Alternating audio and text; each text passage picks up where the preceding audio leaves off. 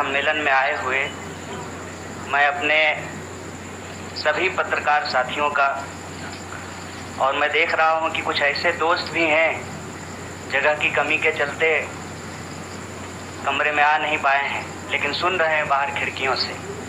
मैं आप सबका स्वागत करता हूं और मंच पर उपस्थित AICC ऑर्गेनाइजेशन के जनरल सेक्रेटरी वेणु जी, जनरल सेक्रेटरी सुरजेवाला जी, SC डिपार्टमेंट के चेयरमैन नितिन राउत जी, बिहार के प्रभारी भक्तचरण दास जी, बिहार के अध्यक्ष मदन मोहन झा जी और कांग्रेस पार्टी के ट्रेजरर पवन बंसल जी,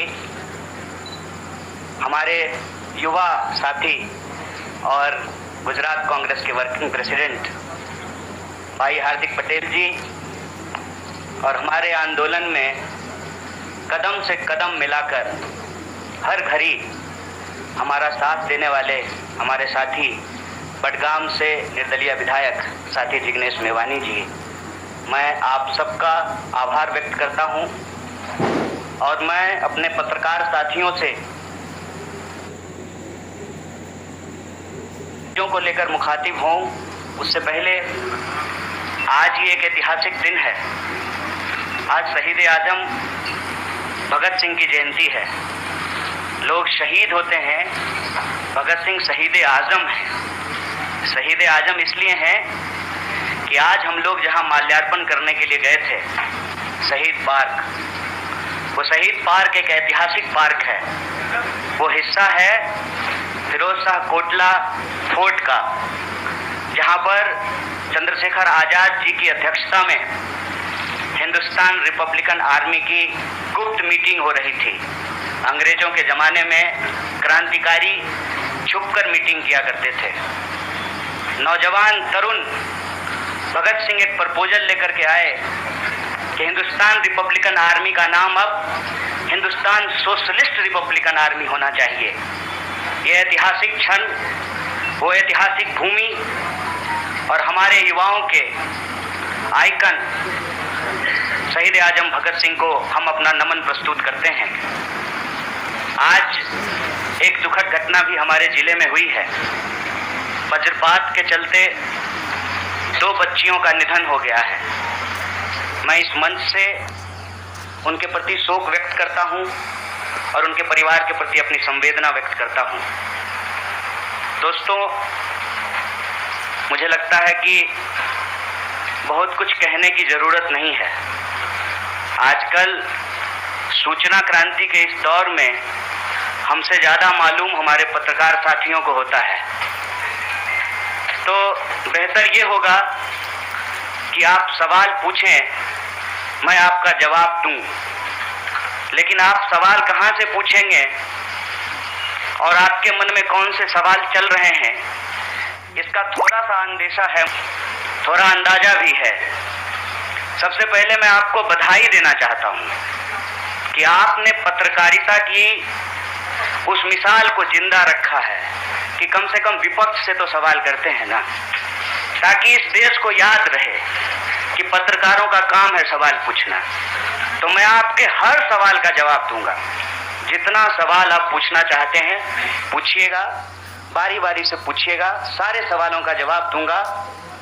बस एक सवाल का जवाब जो मुझे लगता है कि आप सबके मन में होगा कि आप कांग्रेस पार्टी क्यों ज्वाइन की है, उस सवाल का जवाब दे करके मैं हमारे जो अध्यक्ष हैं उनकी तरफ मुखातिब होऊंगा, माइक उनको समर्पित करूंगा। मैं कांग्रेस पार्टी इसलिए ज्वाइन कर रहा हूं कि मुझे ये महसूस होता है कि इस देश में कुछ लोग, वो सिर्फ लोग नहीं हैं, वो एक सोच, वो इस देश की सत्ता पे न सिर्फ काबिज हुए हैं, इस देश की चिंतन परंपरा, संस्कृति, इसका मूल्य, इसका इतिहास, इसका वर्तमान और इसका भविष्य खराब करने की कोशिश कर रहे हैं। वो जो सोच है, उस सोच के बारे में आप अपने आप समझ जाएंगे, क्योंकि कहीं मैंने पढ़ा था कि आप अपने दुश्मन का चुनाव कीजिए, अपने विपक्ष का चुनाव कीजिए, दोस्त अपने आप बन जाएंगे। तो हमने ये चुनाव किया है। हम इस देश की सबसे पुरानी पार्टी, सबसे लोकतांत्रिक पार्टी, मैं जोर दे करके बोल रहा हूं लोकतांत्रिक पार्टी, ताकि आप लोग परिवारवाद पे सवाल जरूर कीजिएगा। लोकतांत्रिक पार्टी में हम इसलिए शामिल होना चाहते हैं कि हमको लगता है, और सिर्फ हमको नहीं लगता है, इस देश के लाखों करोड़ों नौजवानों को ये लगने लगा है कि अगर कांग्रेस नहीं बचा तो देश नहीं बचेगा। और ये बात मैं आपको स्पष्ट कर देता हूं, देश में प्रधानमंत्री अब भी हैं, देश में प्रधानमंत्री इससे पहले भी थे, देश में आगे भी प्रधानमंत्री होते रहेंगे। लेकिन आज जब हम लोग श्री राहुल गांधी जी के उपस्थिति में फॉर्मली कांग्रेस पार्टी का फॉर्म भर रहे थे, तो साथी जिग्नेश ने संविधान की कॉपी दी और हमने उनको भगत सिंह, गांधी और अंबेडकर की तस्वीर प्रस्तुत किया, क्योंकि हमारा ये मानना है कि आज इस देश को भगत सिंह की वीरता की जरूरत है, भगत सिंह के साहस की जरूरत है। आज इस देश को अंबेडकर की समानता की जरूरत है, और आज इस देश को गांधी की एकता की जरूरत है। गांधी जब कहते हैं रघुपति राघव राजा राम, पतित पावन सीताराम, ईश्वर अल्लाह तेरो नाम, सबको सन्मति दे भगवान, ये गांधी की एकता है। जब अंबेडकर कहते हैं कि किसी भी समाज का मूल्यांकन वहां महिलाओं की क्या स्थिति है इस बात से होगा, तब वो समानता की वकालत कर रहे होते हैं। मैं नहीं मानता हूं कि डॉक्टर बाबा साहब भीमराव अंबेडकर किसी एक समुदाय के नेता थे। कांग्रेस पार्टी ने, संविधान सभा ने डॉक्टर बाबा साहब भीमराव अंबेडकर को संविधान बनाने की जिम्मेवारी दी, और उस संविधान के प्रियम्बल में यह लिखा है, हम भारत के लोग भारत को एक प्रभुत्व संपन्न समाजवादी धर्मनिरपेक्ष लोकतांत्रिक गणराज्य बनाने के लिए, इसमें समानता, न्याय के मूल्य निहित हैं। और जब भगत सिंह कहते हैं कि आप व्यक्ति को कुचल सकते हैं, विचारों को नहीं, आप बम और पिस्तौल से कभी इनकलाब नहीं ला सकते हैं। उस साहस की जरूरत है हमको। मुझे नहीं लगता है, मेरे बहुत सारे राजनीतिक दोस्तों को ये लगता है, मुझे लगता है कि यह देश 47 से पहले वाली स्थिति में चली गई है। लेकिन जिनको लड़ना है उनके पॉलिटिकल इमेजिनेशन में आज भी हर कोई अपना अपना शोरूम बचाने के चक्कर में है। रे भाई, मॉल में आग लग गया है, दुकान बचाओगे। बस्ती में जब आग लग जाती है ना, बेडरूम की चिंता नहीं करनी चाहिए। आज हम इस मुहाने पे खड़े हैं कि इस देश के भीतर भारतीय होने की जो पहचान है, जिसमें बुद्ध निहित है, जिसमें कबीर निहित है, जिसमें नानक निहित है, जिसमें हर बार हर दौर में सत्ता से सवाल पूछने का साहस होता है, उस भारतीय चिंतन परंपरा को बचाने की जरूरत है।